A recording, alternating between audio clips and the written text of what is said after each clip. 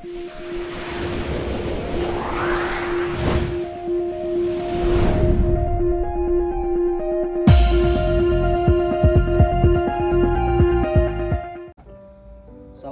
warahmatullahi wabarakatuh. Selamat sore sahabat bonsai dimanapun berada. Kembali bersama M Rahmat Channel. Dalam konten sore kali ini saya mencoba untuk membuka dan membedah bagaimana proses cara pembuatan bonsai dari bonggol menuju ke kerangka bonsai yang pada akhirnya akan menjadi satu buah bonsai yang sangat ideal. Bersama M Rahmat Channel, mari kita berbagi, beredukasi sama-sama dalam konteks proses pembuatan bonsai. Jangan lupa tonton sampai selesai, like, subscribe, dan komen yang positif. Paling tidak untuk komunikasi, silaturahmi, dan saling edukasi bersama M Rahmat Channel. Terima kasih. Oke sahabat bonsai, di samping saya sudah berada bonggol anting putri dengan ukuran medium. Ini lingkarnya di atas 70 cm dengan ketinggian ini di 55 cm. Nah, di samping ini saya mencoba membuat kerangka bonsai. Dalam proses bonsai ini berawal dari bonggolan bonsai yang sederhana. Beranjak dari pertumbuhan bonsai, pohon ini sendiri memiliki sangat kesuburan. Yang diantaranya ini bagian dari tangan-tangan yang memang proses pertumbuhan ketika pada saat itu saya tanam. Usia bonsai ketika bonggol ini baru di 3,5 tahun. Sementara dulu ininya masih polos, tidak ada percabangan, masih cenderung ke bonggol. Pembesarannya pun tidak segede gini. Ini sangat relatif luar biasa proses pertumbuhannya. Saya sampaikan di hadapan kawan-kawan. Bagian pondasi saya tanam yang tentunya sudah kita program tersendiri. Ini media baru sehingga masih terkesan kelihatan sekam yang relatif masih basah. Nah, bagian pondasi kita tanam, naik ke bagian atas, ini merupakan tangan pertama dalam sistem pengelosan yang sangat luar biasa. Dengan mencapai titik keseimbangan, nanti kita ambil bagian ini, kita potong. Ini tangan pertama.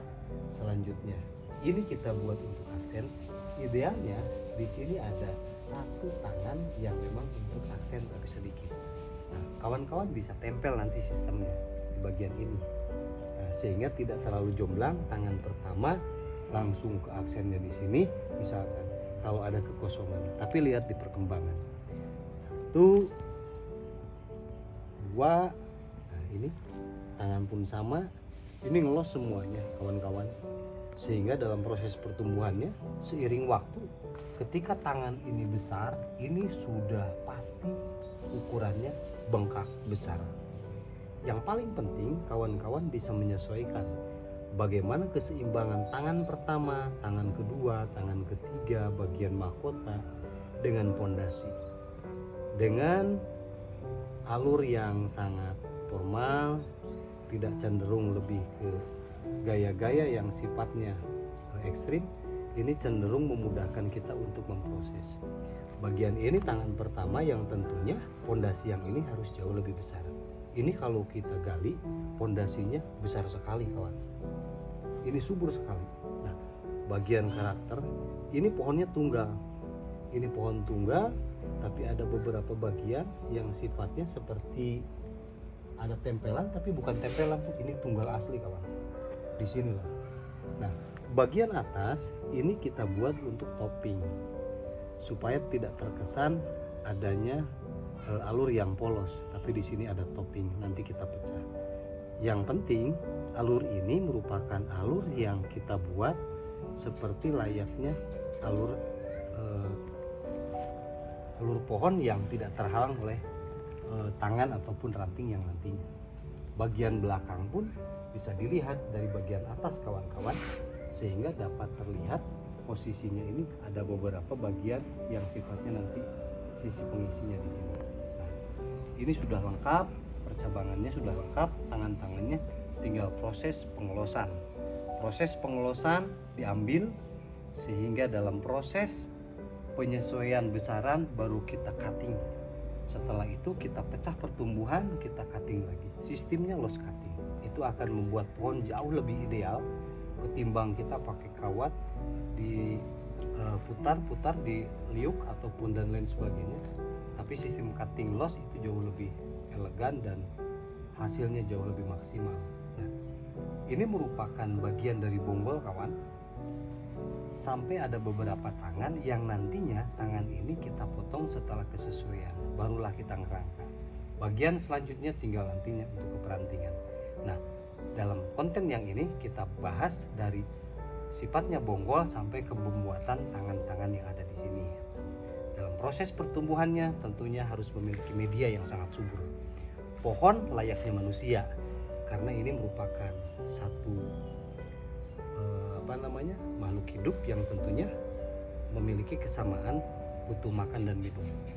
Kapan pohon itu makan dan kapan pohon itu minum? Pada prinsipnya ini pun ibarat manusia. Ketika pagi-pagi dia memerlukan makanan, siangnya pun makan yang sedikit, tapi airnya yang harus banyak. Sore pun demikian, makanannya banyak, airnya sedikit. Nah, jangan terlalu banyak memberikan satu jenis pupuk yang sifatnya nanti over, karena pada prinsipnya si pohon itu juga memiliki kadar takaran tersendiri. Nah, video singkat yang barusan kita tayangkan semoga bermanfaat. Nanti kita bersambung dalam proses pembesaran dan percabangan untuk menuju ke ranting-ranting yang ada.